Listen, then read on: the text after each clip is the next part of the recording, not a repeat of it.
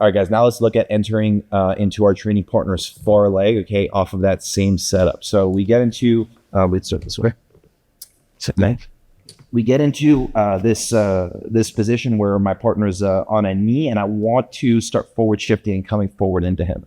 Okay, but very often from these situations, as I go to push back into him, either one, I get all the way up into a seated position, but before I can go in and I can actually start coming forward, I start looking to retract my legs, but he starts pressuring back in towards me. And then from here, I'm forced to fall back and then reconnect my legs. Or maybe I'm looking to push back into him, but before I can even sit up, he's already pushing back into me, and I just feel that his momentum's coming in towards me. So regardless of whichever one happens, I come through, I'm trying to sit up, my training partner's pushing back into me. We're just gonna replace our legs in like this. So we just take the outside leg, that was either the outside leg on top of the hip for the standard ashi, or the butterfly hook for the butterfly ashi. As I go to sit up, he goes to push back into me. We just take the foot underneath and we think about elevating our training partner. So I just use his momentum, okay, to start taking that far leg off the floor. Again, he's looking to weight his right leg, and I want his left leg weightless, okay? So I go for what appears to be that I want to take top position, and I feel this guy starts pushing back in. So I tried to come up one way, he wasn't letting it happen. I try to come up a second time, I feel that he's pushing back into me. We just come in right here, and I elevate. I take a cross lat grip, okay, just to make sure that he doesn't pressure in and, potentially even get chest to chest or what have you. And as I go through and I start elevating that leg, I want to take my knees directly overhead, and I'm just going to curl this foot in and underneath.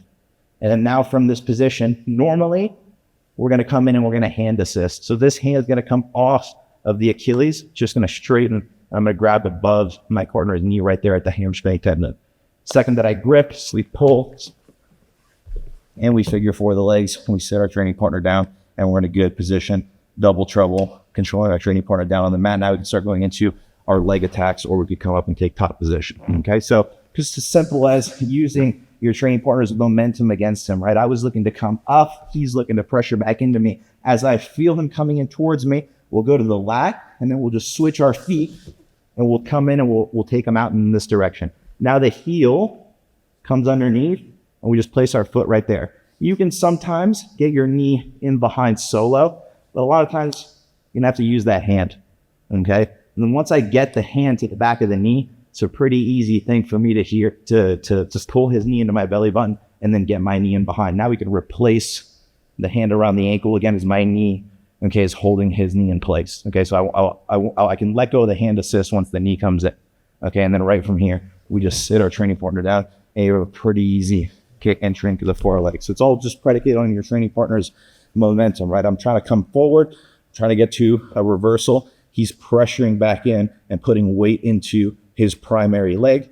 So we just cross our feet underneath our training partner's far leg, pull our knees to our chest, and we elevate him over our head to get that far leg cross ashi entrance.